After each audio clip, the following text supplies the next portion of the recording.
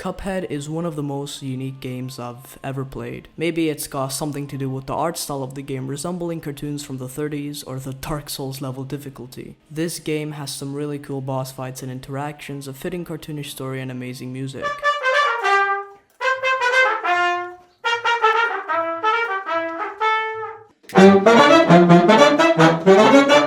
Following its release date in September of 2017, it has become a household name in the gaming community and sits there with the indie greats like Undertale, Hollow Knight, and Dark Souls. Okay, stop. And with a game this special and interesting comes a lot of secrets and lesser known facts. For a person who's not particularly artistic, it's already a mystery how a small team could create a game this astonishingly good. So, here's the part where I introduce you to our jolly old friend, the iceberg chart. Now, if you don't know what an iceberg chart is, it's basically a chart that begins from the most well-known facts about the topic and goes down to the least known. So there'll be a lot of Easter eggs, references, and secrets. Before we start, this video is sponsored by... Nah, I'm just kidding. Before we start, I just want to give a spoiler warning and credits to the creator, of course, Tangerine Alt or r/AlcountVV on Reddit. So yeah, sup, I'm Shadow and today we're going to be diving into the Cuphead Iceberg.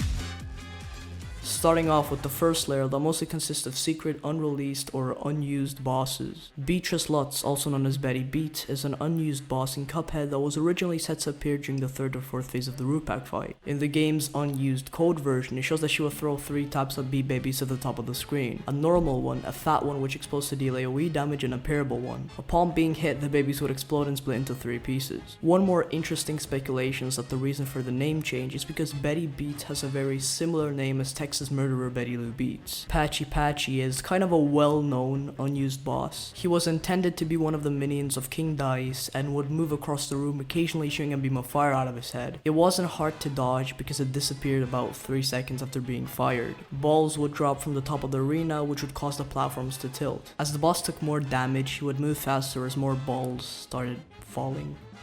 You could clearly see that this boss wasn't nearly as ambitious as all the other minions of King Dice, so he didn't have a high chance of becoming something anyway. Mangosteen is inspired by melon bread. At first I was confused as to what this meant, but after researching it I finally got the answer to this. So Mangosteen is another one of King Dice's minions, but unlike Patchy, he is in the game and is one of the 9 official casino mini-bosses. He is in fact inspired by melon bread, who is a weird looking boss in a game from 1993 called Gunstar Heroes, that only has 1 attack and is genuinely really easy. In my previous video I talked about how Gunstar Heroes inspired games like Paladins and Overwatch, and I found out that Cuphead is in fact also inspired by games like Gunstar Heroes, and I think the developers decided to add this boss to pay respects to old generation games like these. The giant spider, also known as the Flying Gentleman, is a boss that was cut from the final game. It is unknown what attacks or how many phases he would have had. His design is a greyish spider with a suit and hat. It's a shame to see that this boss was not included in the game because he actually looks pretty awesome. Ability to climb cupids. In the first phase of the level, Dramatic Fanatic, you can parry Sally's kiss attack to land on the Cupid angel babies. A pretty well-known feature in this game, but what some don't know is that by standing on both of these cupids, you will cause the coffin to fall on Sally's husband. He will then reappear in the third phase as some kind of god alongside Sally, ordering angel babies to attack you with these weird rolling fire things. Horace Radish and Little Cuphead. In Cuphead's 1.2 update, Studio MDHR added 2 secret bosses inside of already existing boss fights. If you spare the onion in the Rupak fight, you skip his phase. But in addition to the carrot boss, you'll have to deal with a little radish. This particular radish is called Horace Radish and spins pretty much like Sally's umbrella. The second secret boss added in this update is Little Cuphead, who can be unlocked by shrinking your plane after Jimmy the Great scans you. This makes you skip the 4th phase of his fight, but alongside all the mayhem going on in his final phase, you'll have to deal with a smaller version of the Cuphead puppet that shoots projectiles out of its head in different directions. The Demon Bat is an unused boss in Cuphead who would have been fought in a hell-like environment. The bat would rest in a coffin that would open and free his smaller bats that you would need to dodge. He would also chase the player around by flapping his wings. He was shown for a few seconds in the E3 2014 trailer, never to be seen again. The Delicious Last Course is the upcoming Cuphead DLC. A little cool thing that I noticed is that DLC is also an acronym for Delicious Last Course. Pretty cool, I guess. I mean, kind of pointless, but pretty cool. It has been in the works for a few years and has been delayed a couple of times. This isn't the first time we see this practice with Studio MDHR, because Cuphead itself has been delayed a lot back in the day, but came out as a wonderful game, and I'm fairly certain that the DLC will be just as good. Speaking of the DLC, let's take a closer look at some of the bosses featured in the DLC's trailer. The snow monster is one of these new bosses. It's a snowman with a round body shape, 3 yellow buttons on its belly, and both his eyes and mouth are hollow. One of its attacks is charging and then slamming the ground, creating a snow shockwave that travels to the top of the screen, but is a distraction and does not hurt the player. The ground then breaks and 3 ice spikes come out. The boss actually reminds me of the evil snowman in old cartoons, with the crooked eyes and mouth and shit, so I can say that they really nailed it here. The second boss featured in the DLC's trailer is the mountain boss, who is supposedly called Glumstone the Giant. Now, with this boss being shown for a really short time, his attacks are unknown. However, what makes him stand out among other bosses is the fact that his arena is filled with 5 rock totems that constantly move up and down, and I can't wait to see how these totems interact with the giant and overall increase the difficulty of the fight. The Cuphead show. Yes, you've heard me right, there's a full-on Cuphead Netflix television series in the works, and it's supposedly coming out this year, but once again, judging by how many times Cuphead stuff has been pulled back, there is a chance that we'll have to wait a bit more for this show to come out. There already is a blank Netflix page for it, and some episodes were already leaked in 4chan by some anonymous user. And to finish off the first layer, we have Cuphead in Super Smash Bros. Ultimate. In January of last year, Cuphead was announced as a skin for the Mii Gunner. It looks pretty cool and comes with the music track Floral Fury from Cagney Carnation's boss fight. Layer 2 consists less of secret bosses, instead focusing more on the secrets of already existing characters. Calamaria's unused blue fish attack. It's already well known that in the first phase of High Seas High Jinx, Calamaria has 2 attacks with fish that she grabs from under the water. The yellow one spews a smaller electrified fish that follows you around, while the red one just shoots out 6 small projectiles in the form of fish. But what many don't know is that there was meant to be another attack in the form of a blue fish that shoots out these weird looking spinners. I think the reason so why this particular attack didn't make it past the code version of the game is that maybe it got scrapped for being inefficient, or because Calamaria's boss fight is already oversaturated with different attacks, making it one of or the hardest boss to S-rank in the game. Creepy PS4 trailer. Cuphead's PS4 release was on the 28th of July 2020, and with this announcement came the PS4 launch trailer. However, upon watching it, a lot of people said that it was creepy and disturbing. You know what, I'll let you decide that for yourselves.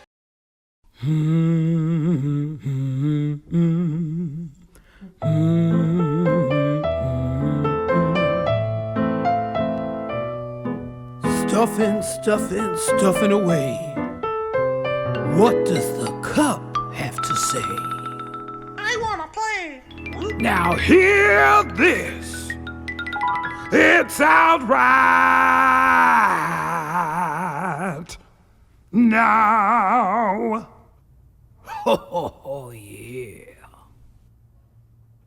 Okay, well I wouldn't say that it's really creepy or scary, but it is kinda weird. The reason for this style of trailer is because the developers wanted to have the feel of the slightly creepy films and toy advertisements of the 1930s. The names of the root pack. While most people think that the names of the famous vegetable trio are Motato, Weepy, and Psycarrot, they are unofficial names created by fans. The official names were revealed by Studio MDHR in an email and later in the art of Cuphead. Sal Sputter, Ollie Bulb, and Sean C. I think we can all agree that Psycarrot sounds just so much better. Coin-Op-Bop. This might be one of the most interesting things on this iceberg. At first I thought this was just a scrapped run and gun level, however we might have something way bigger on our hands here. The wiki labels it as an unknown level that got cut at some point prior to the game's release, but the game's code is somewhat finished and the OST for it, also titled Coin-Op-Bop, exists and you can find it on YouTube. The level code reveals that it would have been somewhat similar to a boss fight but would have changed the style of level as the player progressed. All the phases are designed to resemble shoot 'em up games where the player would have to fight off waves of enemies and clear the level of objects. Or games where the player travels from one side of the screen to the other. If you look at the screenshot listed in the wiki, you can see the player standing in the middle of aisle 2 talking with the unused NPC called Shelly, whose purpose was to guide the player to this level. There was a mini booth with the word arcade written on it, and upon entering it, both Cuphead and Mugman would play on the arcade as mini versions of themselves. Several animations were scripted for the characters, one for each of the 3 buttons available. Joystick movement, getting hit in the arcade game, and beating the level. Out of curiosity, I decided to visit aisle 2 in the game itself just to see what was there inside of the arcade booth. And what I found actually sparked some excitement in me, and it finally got to me what they were planning. The booth was there, but it was closed and had "under construction" written on it. Are you thinking what I'm thinking? Now, anything's possible, and don't take my word for what I'm about to say, but I'm speculating that they're planning to open up this booth when the DLC comes out. Now, don't get me wrong, a whole new aisle would be pretty cool, but I feel like a DLC of this size has to have something else to it. Perhaps another way to earn coins to buy the new upgrades, and I feel like an arcade mode is an ideal new addition for the DLC. Oh, and by the way, maybe this mode was intended to be released with the game itself, but the game already had enough content, and I think they just focused on getting the game to work as planned, so they decided to save this idea for the DLC. Junkyard Jive Mega Man reference. A parable mini robot called the Parry Laser 7000 that Dr. Call's robot shoots out from his chest is a reference to Telly, a spinning security robot enemy that first appeared in Mega Man 2. Jelly the Octopus is an unused boss who is a, well, yellow octopus with cyan triangular eyebrows and white and lavender tentacles. He has a yellow antenna with a pink tip which can turn cyan when parried. His boss fight took place in a level called the Airship that was shown in the Cuphead gameplay demo, never to be seen again, but its music was for some reason still featured in the official Cuphead soundtrack. The boss was either unfinished or too simple because all it did was stop and get mad each time you parried his antenna, and slid from side to side on the airship, getting faster with each parry. In the game, it seems the airship would have been a group of bosses just like the Rupak, and based on the code of the other bosses, a clam, a crab, and a stork, this fight would heavily feature parrying. This suggests that they might have been an early boss like Rupak and Goopy Le Grande to teach the player the basics of the game. Last and definitely least, Dice Palace Test, an unused level. There are placeholder Jared heads floating around. We'll talk about these later on. There is also an invisible platform below along with some unused 8-bit platform, and the background is white. This was probably just a test level, most likely intended for testing King Dice's arena.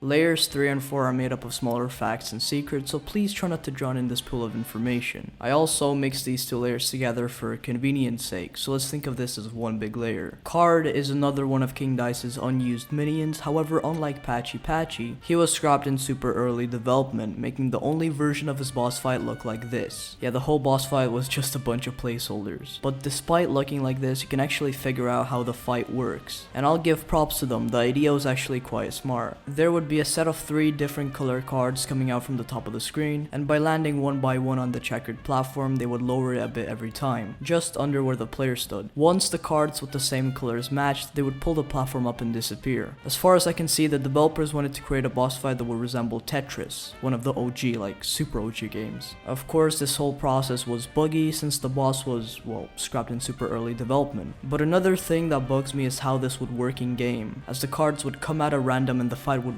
entirely be based on luck, which kinda is unfair. But on the other hand, I'm judging this fight in its super early stage, so I think Studio MDHR would have thought of something if they continued to work on this boss. Ranger, also known as the Exploder, is an unused weapon that was shown in the E3 2014 trailer, having a circular shape and 2 sharp explosion effects every time it hits an enemy. However, it was scrapped during development, and in the code version of the game, it takes on a completely different dark pink appearance, and suddenly expands upon impact as it explodes. But if the projectile goes further, it increases in size, dealing more damage the farther it hits an enemy from. The EX attack fires a small-sized bullet, identical in design to the regular projectile, but immediately creates a huge explosion upon impact. It bounces off the hitbox or side of the screen once and can deal damage to the player if not dodged. This little creature is called the Light, and you probably wouldn't believe me if I said that this was the original prototype for Cuphead himself. Studio MDHR wanted this character to appear as a mini-boss in King Dice's level as a tribute to the development of the game. However, because its boss fight didn't match the art style, and most people would have been confused as to why there was a weird green creature with rays and Jared heads floating around it, they decided to leave this fight in debug mode only. As to the fight itself, it was just a black room with green platforms that had Jared heads as placeholders, and the Light in the center projecting red, yellow, and blue rays out of himself, possibly resembling some kind of disco ball. Lucien is a teacher and Silverworth is a principal. Lucien is an NPC from Mile 2 that gives you a side quest to visit Quadratus. You know, the pool of water that tells you how many times you've died. But another thing that is known about Lucien is that he actually teaches Cuphead, Mugman, and Miss Chalice in Inkwell Elementary. This is shown in the Cuphead and Carnival Chaos novel. Silverworth is an NPC from Mile 3 that also gives you a side quest, but this time to get A-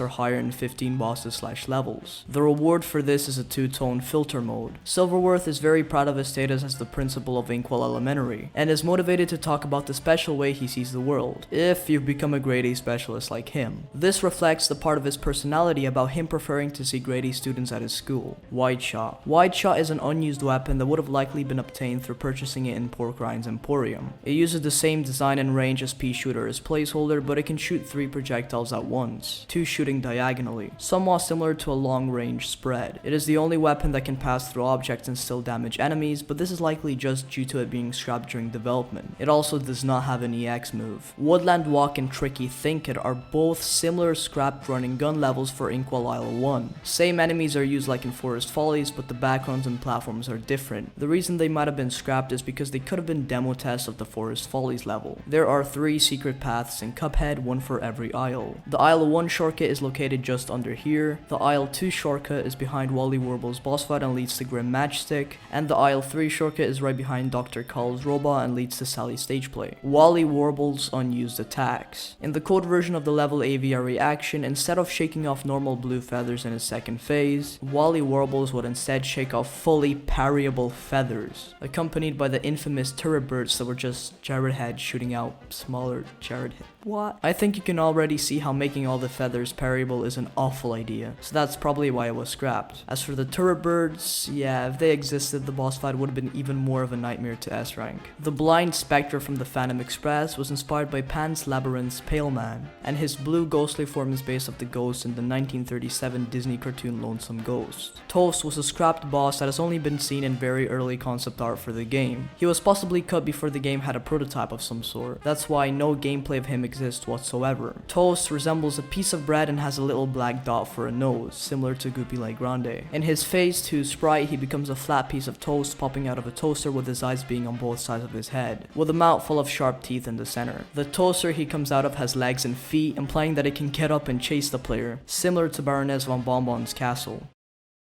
This concludes the 3rd and 4th layers, and I think that now is time to move on to the darkest depths of the iceberg. Welcome to layer 5. I didn't have to be that dramatic. Anyway, we're on the final layer of the iceberg. Let's get to it, shall we?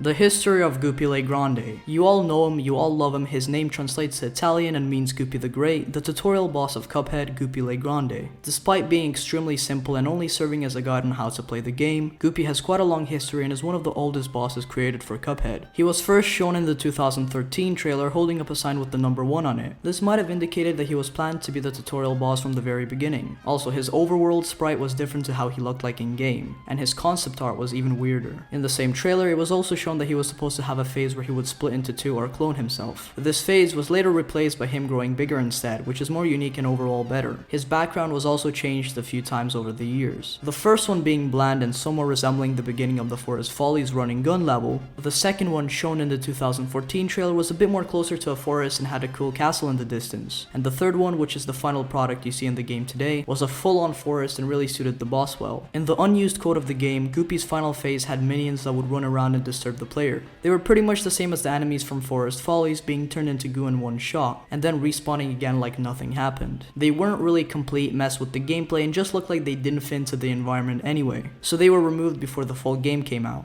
Goopy Le Grande's design is inspired by the slime, a common enemy and the mascot of Dragon Quest, which is not surprising since slimes in video games are most commonly the easiest enemies to beat, thus making Goopy an ideal tutorial boss. Pit Saver, also known as Shield, is an unused charm that probably would have been sold in Porkrind's Emporium. It would prevent the player from losing hit points if they touch the pit, and you probably see where this is going. Boss fights like Grim Matchstick and Rumor Honeybottoms could be easily cheesed by using the invincibility gained by the charm to your advantage, and players always find extra ways to cheat bosses, so the game would have probably been broken with this charm anyways. Also, since Cuphead has the unforgiving difficulty of older games, it would be unreasonable to let the player just jump into a pit and not suffer any consequences. Jared head placeholders. When we looked at Dice Palace tests and the light, you may have noticed these weird floating heads. While the origin story and the use of these placeholders are actually very easily explained. In 2015, before the game's release, Jared Moldenhauer, the game's co-creator, was interviewed about the game, and the studio probably thought that it would be funny if they used his face from the interview as placeholders for the game. Now, the use of these placeholders were to test out different enemies, projectiles, and objects without having to animate them beforehand, because as you know, drawing, especially in traditional form, requires a lot of time and hard work, and if they decided to animate something that would have gotten scrapped at the end anyways, it would be a waste of time and resources. The 666 audio file. Different games like to punish the player for pirating the game, and Studio MDHR decided to add an unpleasant surprise for people who pirated Cuphead, in the form of a creepy version of the game's main menu theme.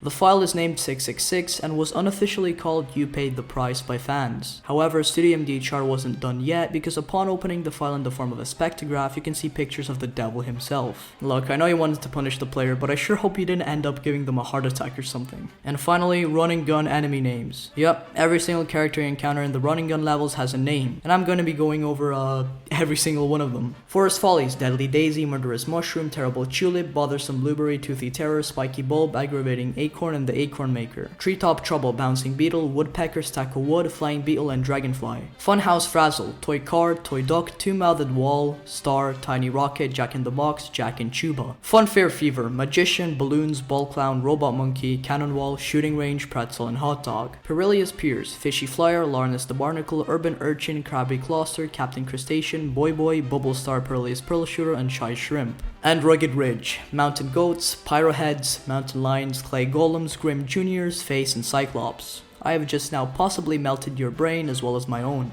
So yeah, I guess we've come to the very end of the Cuphead Iceberg. Just to clarify, I didn't include all the information on this iceberg, just the bits I consider were the most interesting. If you watched this video to the end, thank you, I appreciate it. And if you didn't, I don't fucking know. By the way, thank you so much for 600 subscribers. Nah, seriously, it's just insane for me to even think about. I don't know if I'll make a full-on 500 subscribers special video because for the past few months my life has been quite uneventful. Just me sitting in my room playing video games and just recently studying a lot. Yeah. Also, I think the video is kind of overdue at this point anyway, but we'll see. I also want to quickly state the reason for the near 7-month-long video gap. My voice has been changing like crazy, and I didn't want to record a video where I sound like a dying goblin, so I chose to just let my voice rest until it stabilized, I guess. I've also had a great time during the summer, and it's been pretty chill lately. This project was kind of big, as you can see. The length of this video is like 3 times as big as my other uploads, but I wouldn't have wanted it to take this long either way. I don't plan on making any more videos of this length for now, so I think we're back to the regular schedule from now on. Anyway, you know the drill. If you're by any chance new here, make sure to subscribe to the channel, join the Discord server, and maybe even follow my Twitter and Twitch. And in the meantime, I'll go and S rank all Cuphead bosses, so yeah, I guess I'll see you guys later.